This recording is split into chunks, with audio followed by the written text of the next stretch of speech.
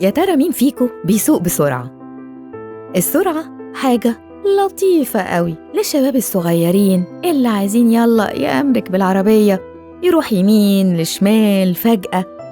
بس الحقيقة بقى إنها مش للصغيرين وبس، لأن السرعة في السواقة لها شعور. مش قلتلكوا كل حياتنا مشاعر فوق بعضها؟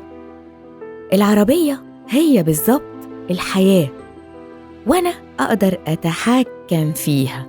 بس ده كلام اللي في دماغنا، إنما الحقيقة بتقول إن العربية أنا أقدر أديرها.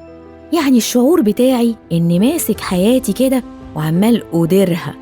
أول ما ألاقي نفسي سرحت وسرعت، معناها إن في جرس إنذار بيقولي في اللحظة دي خد بالك أو خدي بالك. السرعة بتخلينا نمشي في حياتنا مستعجلين، إنجاز، يلا الحق اعمل، الحق الحق الحق. وده أكتر شعور يجيلي بعديه شعور العجز لو أنا فعلاً ما قدرتش أحققه. دايماً بنحتاج إن الذكور يحبوا السرعة على طول على طول على طول عشان بيحبوا يديروا الحياة، ودي أساس الذكورة. إنما لما الأنثى تمشي بسرعة يبقى ده ضوء أحمر بيقول لها إيه؟